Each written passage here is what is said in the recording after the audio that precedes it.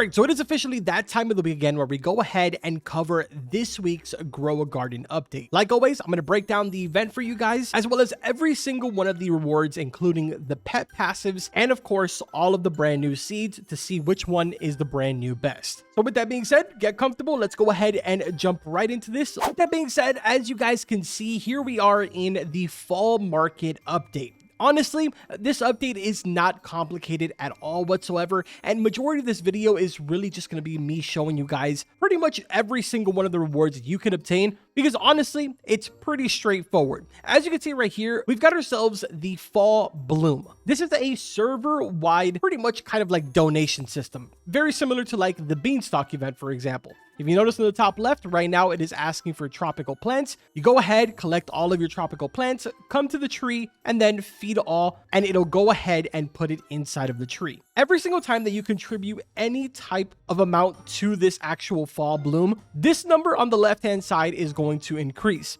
In total, you need to increase it 15 times in order to unlock every single item from all 4 shops. Because that's right, as you can see here, there is 4 different shops splitting everything up from cosmetics to seeds, all the way to gears and pets. But there sort of is a little bit of a catch to this, because the vast majority of the time, a lot of these shops are usually on some type of a cooldown timer. This time around, that's not the case whatsoever.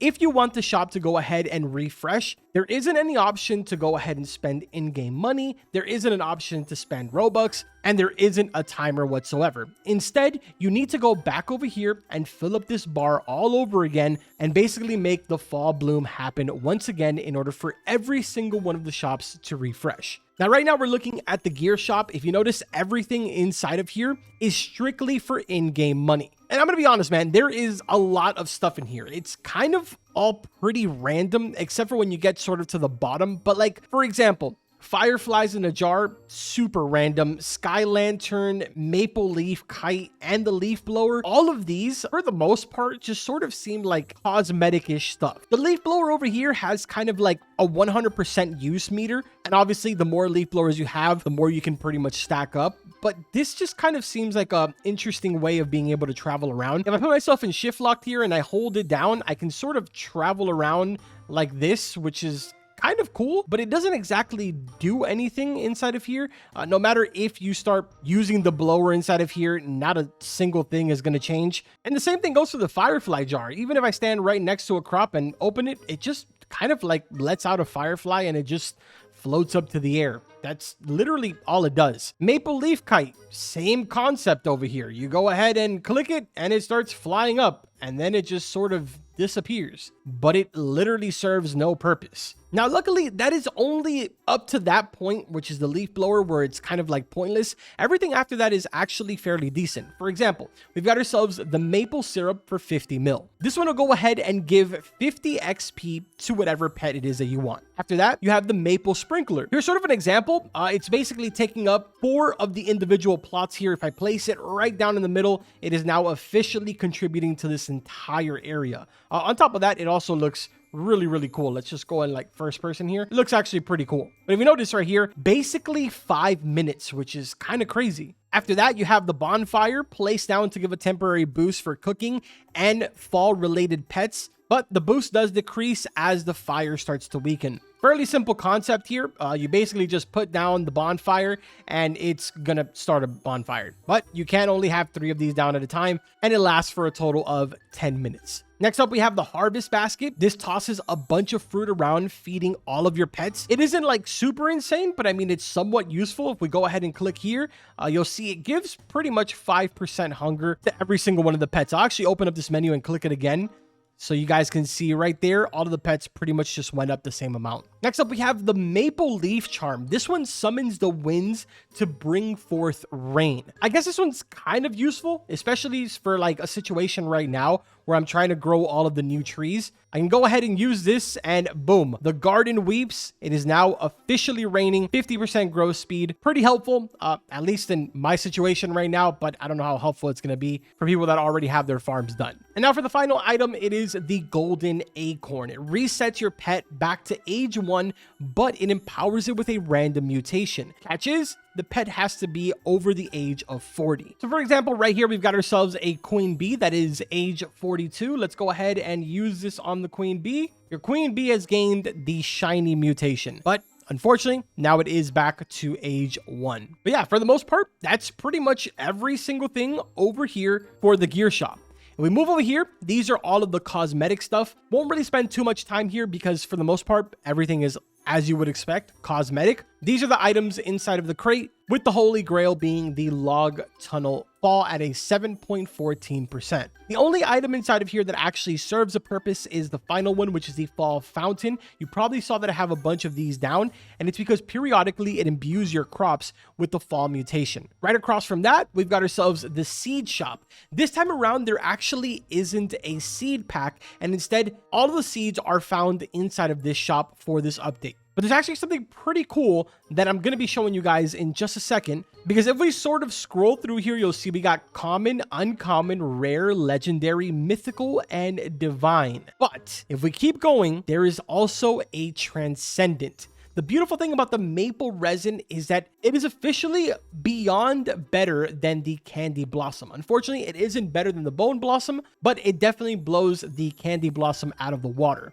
As I mentioned before, I have all of these growing right now, so I'll be able to show you the values of that in just a second. The final shop that we have is right over here, the pet shop. Fall eggs are actually pretty common inside of this shop. As you can see, at the time that I'm recording this, they're set to 90 mil, but that could potentially change when it goes live. And then as you can see, the holy grail pet that you're going to be going after here is the swan at 1%. I was lucky enough to actually get this in about 4 eggs, so pretty good for me. And I'll be showing you the passives on every single one of the pets in a bit. Besides all of these pets that you can get inside of the fall egg, there also is a bunch here inside of the shop. We got the chipmunk, the red squirrel, marmot, sugar glider, as well as the space squirrel. Aside from that, man, that is pretty much everything for the little event. It's something pretty cool. It isn't super complicated, and it's something that's very, very easy to grind. To a certain extent, it's kind of giving like Easter update type of vibes, you know? All right, so now we're going to get pretty much into the good stuff, starting with the brand new plants. So right here, we've got the turnip for 16,000. Over here, we got the parsley, 37,000. And then we've got the Meyer lemon for 60,000. A little bit further down, carnival pumpkin, 43,000. After that, we have the Nymphofia. I think that's how you say this, but it is 99,000. Keep in mind, all of these are without any mutations. Now we're starting to get into the really good stuff with the golden peach, 156K. We actually have another one up here with fall that's 1.1 mil, but if I go ahead and cleaning spray it, now it's 292K. But really, the important one here is obviously going to be the maple resin. Now, this one up here is obviously a little abnormally large, but with fall mutation on it, it's at 13.3 mil. Without the fall mutation, you're looking at 3.3 mil. A more realistic size would be this one down here. And this one with fall is 1.1 mil. Without fall, you're looking at 276K. And now keep in mind, a lot of these can grow on here. There's another one growing on this side, and there's pretty much, I believe, another 2 under this one. I don't really know to what full extent you can get on here, but like I said, there's a good amount of them. As for every single one of these seeds, the turnip over here is not actually a one-time use. And the parsley, same goes over here for the parsley. It is not a one-time use, and it's actually kind of instant how fast it grows. Jeez, dude, what? How is that even possible? It is quite literally fully grown already. That took like 30 seconds. Look at this thing, dude. Oh my God. That's actually kind of crazy. I'm not going to lie. Now, as I mentioned before, all of these fountains here in the middle is what's providing the fall mutation to all of these. But either way, now we're going to go ahead and get into what basically a lot of you really look forward to the most, and that is the pets and their passives. So we're pretty much going to go in order from the ones that are inside of the shop, and then we'll move over to the ones inside of the fall egg. So the first one up is going to be chipmunk. This one has sort of like a typing error in here, but I'm assuming it meant to say a 6.80% chance to not consume when using a harvest tool. After that, we have the red squirrel. It says When fall type pets finish their ability, they start their cooldown with a 15.37 second less cooldown, basically. Not gonna lie, the typing in this is insane, dude. The amount of typos is crazy. Now, we're starting to get into the much better stuff. So we've got ourselves the marmot here. This is the legendary. Every 9 minutes, it burrows down in the ground and hides in a random mound. Finding the marmot will grant a fall-related reward. Has a 15% chance to burrow again. So this is going to be a little bit more trickier for those of you that have, more of the crowded gardens. But if for some reason, maybe one of you are not using your secondary loadout, then you can go ahead and pretty much just grab a bunch of these marmots and farm rewards, I guess.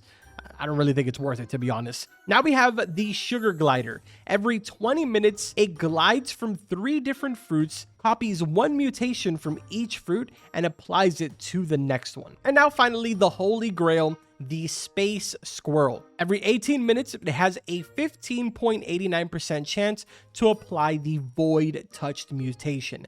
Actually a pretty good pet right here. All right, now let's go over the ones for the fall egg. We've got ourselves Robin up first, grants 10.34% decrease player size. Next up, we have the badger. Every 5 minutes, it digs around for 10 seconds, displacing the ground. Nearby fruits within 21.14 studs have a 10% chance every second to get cracked mutation. You actually probably saw this on some of the carnival pumpkins right here, but that's basically what the mutation looks like. Next up, we have the grizzly bear. This one says every 4 minutes, 10.11% chance a nearby fruit gets the fall mutation, grants 8.11% increased player size. After that, you have the barn owl. Pets bought directly from the shop have a 0.1 to 0.25 kg to their base weight with a max of 3 kg. All active fall type pets get an additional 0.81 XP per second. And finally, the most important one,